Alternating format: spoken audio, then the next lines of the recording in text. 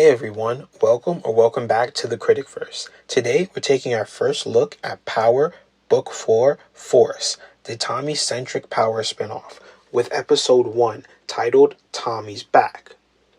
I know this show gets a lot of flack, but I actually enjoy it, so let's talk about it. Before we get to the review, don't forget to like, comment, and subscribe to keep updated on all things Critic-Verse, and to help me get to my goal of 500 subscribers. Now, on to the rest of the video. The episode is titled Tommy's Back, basically a meta reference to the audience that Tommy is indeed back, since this is the first episode of the new season, but the title also holds an in-show meaning that it's been 2 days since the end of the last season, and Tommy has a lot on his plate. Between avenging Liliana's death, building Diamond's CBI, and taking care of his brother and his nephew, Tommy has to be back at 100%. The episode begins with Tommy drinking his sorrows and hearing ghosts as he reminisces his loss of Liliana, and he promises to avenge her, but also take the whole city. Tommy attacks one of Flynn's men and tortures him for information, and he only gets the word Walter is going to Claudia's tomorrow at 2. Kate is taking care of D-Mac as the family is held up in a safe house of sorts. Tommy offers Kate some goodies, but she turns it down. At the district attorney's office, here's what they have. Flynn's laying low, Vic and Claudia don't go home anymore, CBI internal split, and a clearer picture of Tommy, but they haven't identified him yet, and they want to get his prints. Tommy makes his way to Diamond's new CBI headquarters, but maintains silence and just observes while Diamond lays down the rules in new territory due to the split. Some are clearly on Diamond's side, while others are upset they can no longer use their former corners to sell. When Tommy's presence is put in question by a member named Chewy, he even nicknames Tommy Casper. But Diamond vouches for Tommy, and Tommy presents the product, shows his knowledge of their business, and gives them a lower buy-in. And most of the guys accept, and even the hesitant Chewy gets a bag from Tommy just to show Tommy can show goodwill.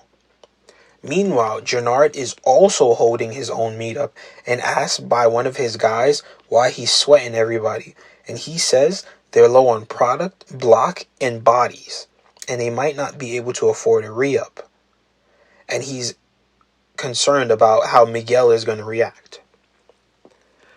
Tommy wants revenge for Liliana, but Diamond tells him to wait it out, and Diamond can't make any moves because he has to meet with a new parole officer that isn't on CBI's payroll, and he goes to suss him out to see if he can buy him off.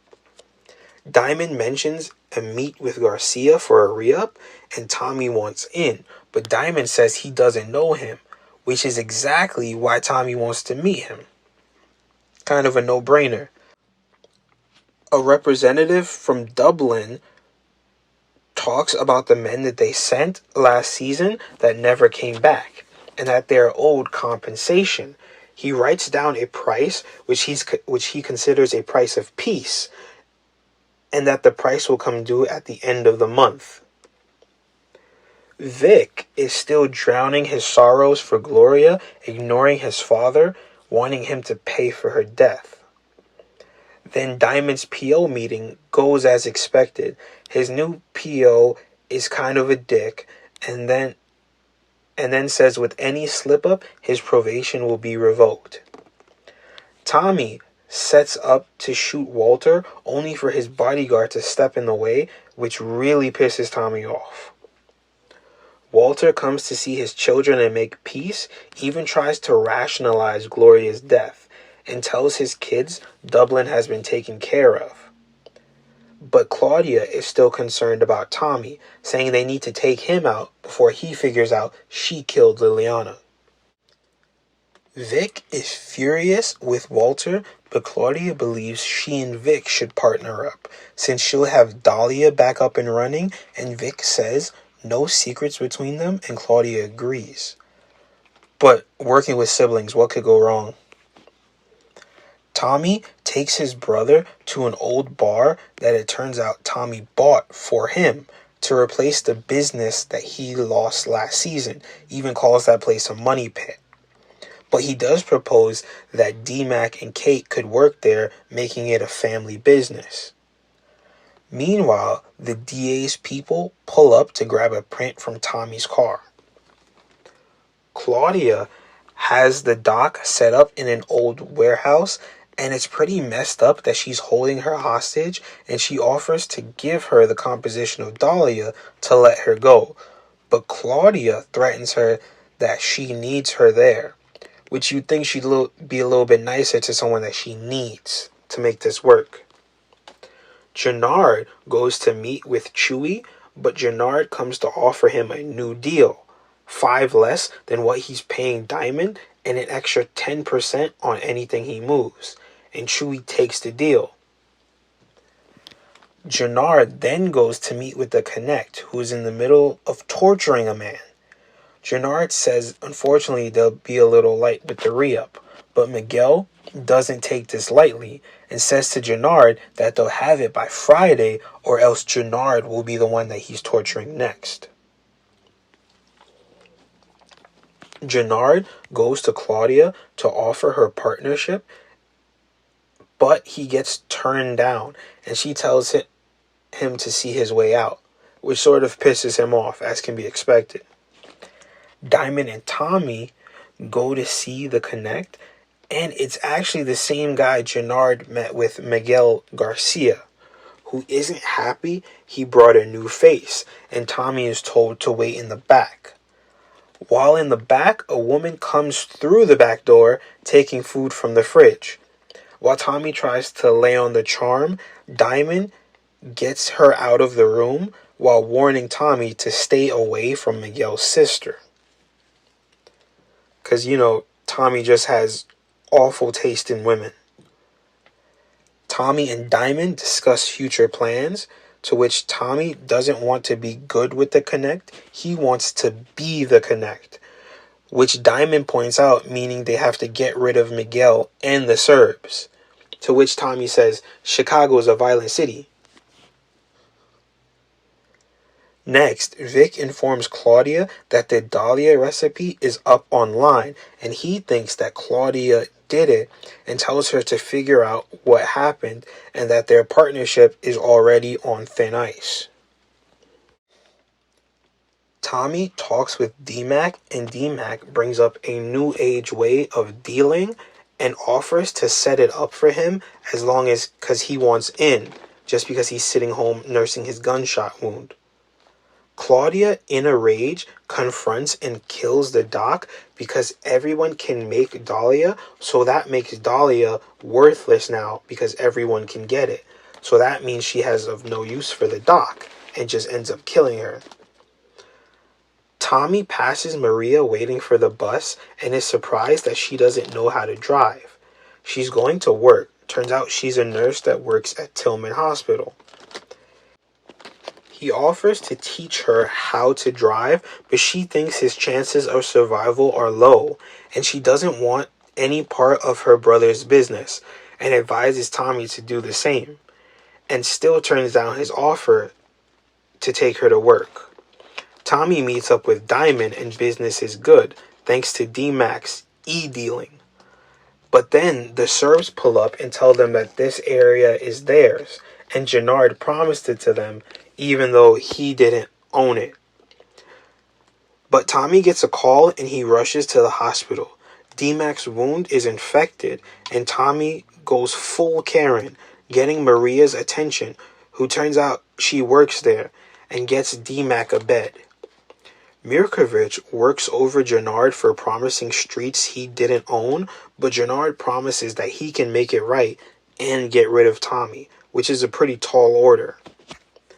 Tommy thanks Maria, and we learn that she's dating one of the doctors there, by one of them getting a little handsy with her. Diamond informs Tommy Chewie flipped and is working with Jenard, and Tommy doesn't take that lightly. Vic and Claudia argue over Claudia killing the doc without talking to him first, and he calls it quits with Dahlia, saying that she's just as bad as their dad. At the Flynn estate, Paulie informs Walter he doesn't have the funds to pay back Dublin, and Walter tells him to prepare for war because Brendan Doyle would like nothing than to see Walter fail because he always wanted to run Chicago by himself. The DA's people go over Tommy's identity and his records in spades. His past in New York and the fact that he's presumed dead after his death was faked in the second spin-off Ghost. And they want a task force because Tommy is connected to all the major players in Chicago right now. Tommy then pulls up on Chewie all alone, and Chewie starts talking tough, but Tommy manages to get the better of him and puts him down right then and there. Okay, this was a calm beginning for this season. The entire episode felt like this could be anyone's first episode.